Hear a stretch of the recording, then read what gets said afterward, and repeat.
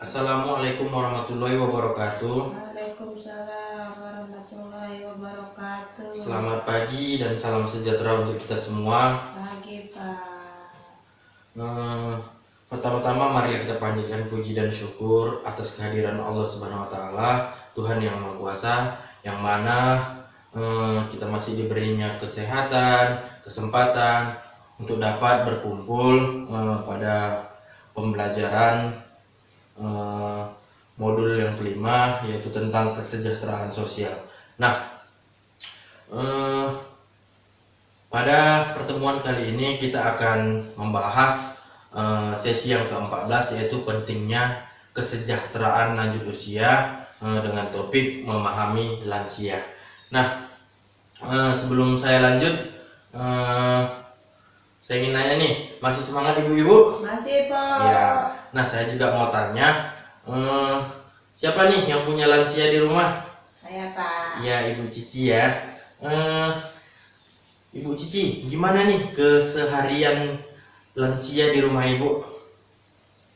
Ya, gitulah, Pak. Sensitif orangnya, Pak. Sensitif ya, Bu? Iya, Pak. Nah, tahu nggak kenapa, Bu? Kenapa dia bisa sensitif? Enggak tahu, Pak. Saya kan belum tua. Nah, jadi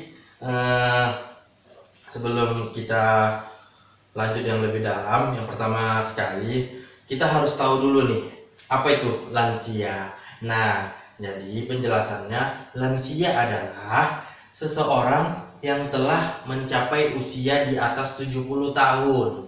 Nah, itu dinamakan kategori lansia. Nah, lansia ini dalam hal ini mungkin adalah orang tua kita.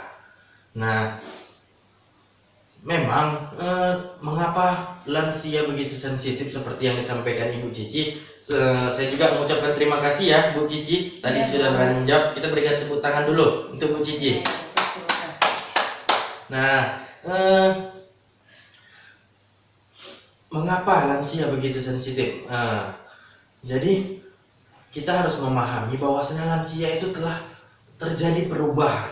Ada 3 perubahan yang terjadi pada lansia. Yang pertama adalah fisik ataupun biologis. Nah, fisik atau biologis ini perubahan apa, Pak? Nah, fisik atau biologis ini yang terjadi perubahan pada lansia adalah perubahan fungsi organ tubuh yang menyebabkan terjadinya seperti perubahan suhu tubuh. Berikutnya perubahan gangguan gerakan. Jadi lansia itu terkadang memang mengalami radang sendi. Jadi perubahan yang terjadi pada gangguan gerakan. Selanjutnya apa? Gangguan panca indera. Nah, ini sering terjadi pada lansia, itu gangguan indera penglihatan.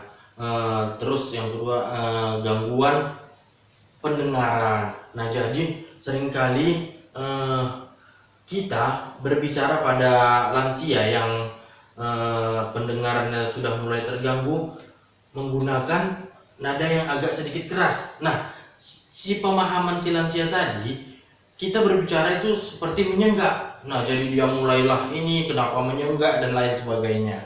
Sering terjadi permasalahan di situ, padahal si lansia tersebut sedang mengalami gangguan indera pendengaran. Nah, selanjutnya tadi apa? Muncul penyakit seperti kepikunan, stroke, darah tinggi, dan lain-lain.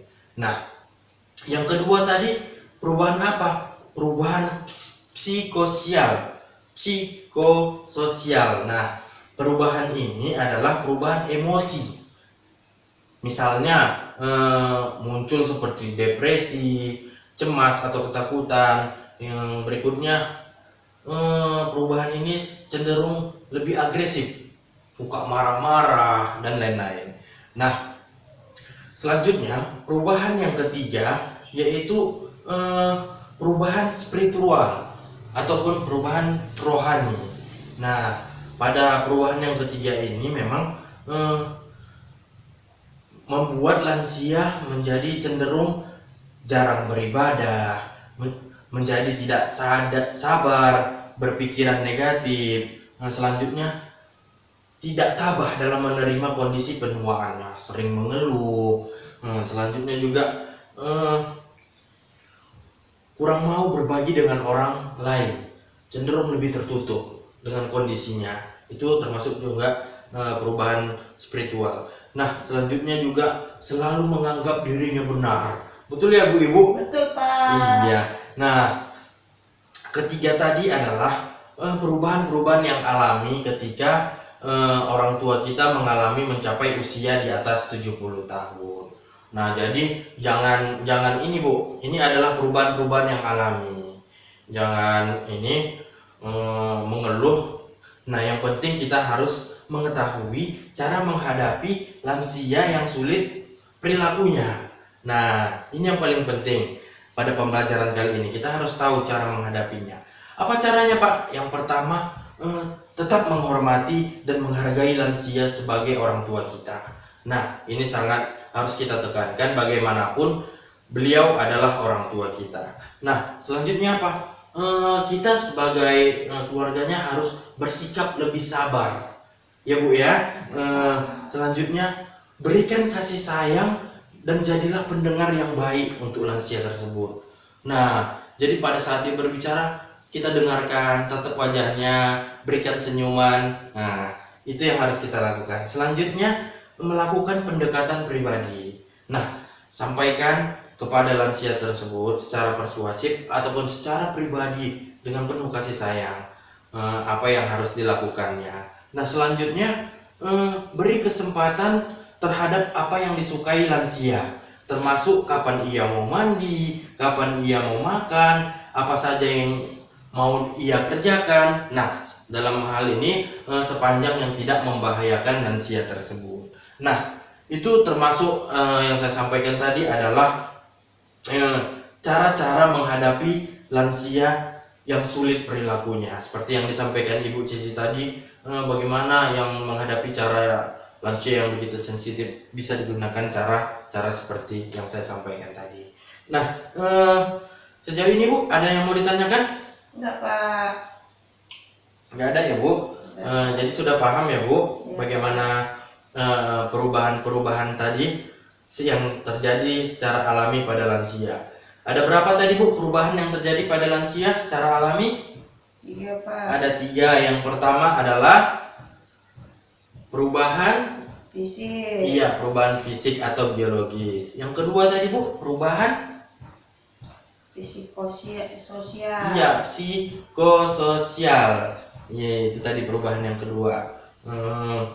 Yang ketiga tadi Bu, ada perubahan Spiritual. iya, terjadinya perubahan spiritual ataupun rohani. Nah, itu adalah perubahan-perubahan yang dialami oleh lansia ataupun seseorang yang telah mencapai usia di atas 70 tahun. Nah, setelah kita memahami perubahan-perubahan yang terjadi pada lansia, mengapa dia menjadi lebih sensitif, kadang begitu rewel, kita harus setelah belajar ini diharapkan kita harus kita sebagai keluarga setelah mempelajari ini diharapkan kita mampu lebih peduli kepada lansia. Nah, seperti apa kepedulian kita setelah kita belajar ini? Kita harus meningkatkan, yaitu kepedulian kita terhadap lansia. Seperti apa Pak? Seperti menyediakan makanan sehat. Nah, agar si lansia tersebut kondisinya selalu tetap stabil dan membaik. Nah, selanjutnya apa? Memperhatikan kesehatannya, kesehatan lansia tersebut. Dengan cara apa? Kita mendampingi orang tua kita ataupun lansia tersebut ke fasilitas kesehatan, misalnya ke puskesmas ataupun ke posyandu. Periksakan gula darahnya, tensinya, dan keluhan-keluhan yang dialaminya. Nah, selanjutnya apa? Mengingatkannya beribadah. Nah, ini yang paling terpenting Ibu-ibu. Bagaimanapun bahwasanya beribadah itu sangat perlu dan itu merupakan kewajiban kita sebagai umat beragama. Nah, selanjutnya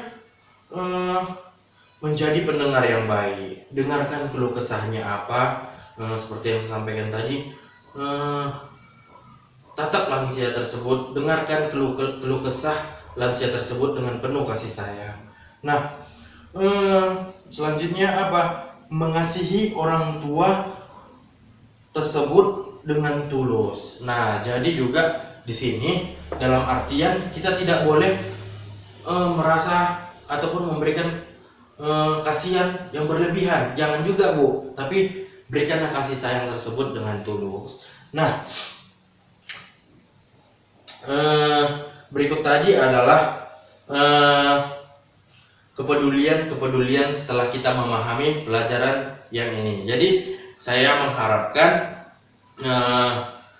setelah kita pulang nanti, lakukanlah lansia ataupun orang tua kita tersebut dengan penuh kasih sayang, dengan meningkatkan kepedulian terhadap lansia tersebut. Nah, mengapa kita harus demikian?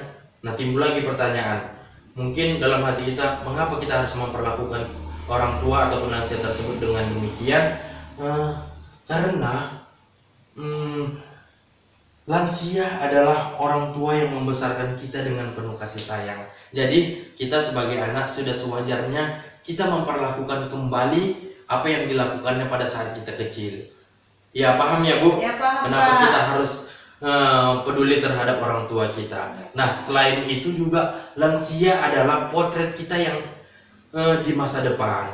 Jadi pada saat keadaan kita sekarang, pada saat kita mencapai usia 70 tahun, kita akan menjadi lansia. Jadi lakukanlah lansia dengan penuh kasih sayang, dengan perlakuan yang baik, tanpa melakukan kekerasan. Nah, itulah yang saya harapkan. Semoga kita dapat menambah pengetahuan setelah mempelajari ini dan mempraktikkannya di rumah ya, Ibu-ibu. Ya, Pak. Oke, baiklah. Sampai di sini ada lagi yang ingin ditanyakan, Enggak, Ibu-ibu? Pak. Enggak.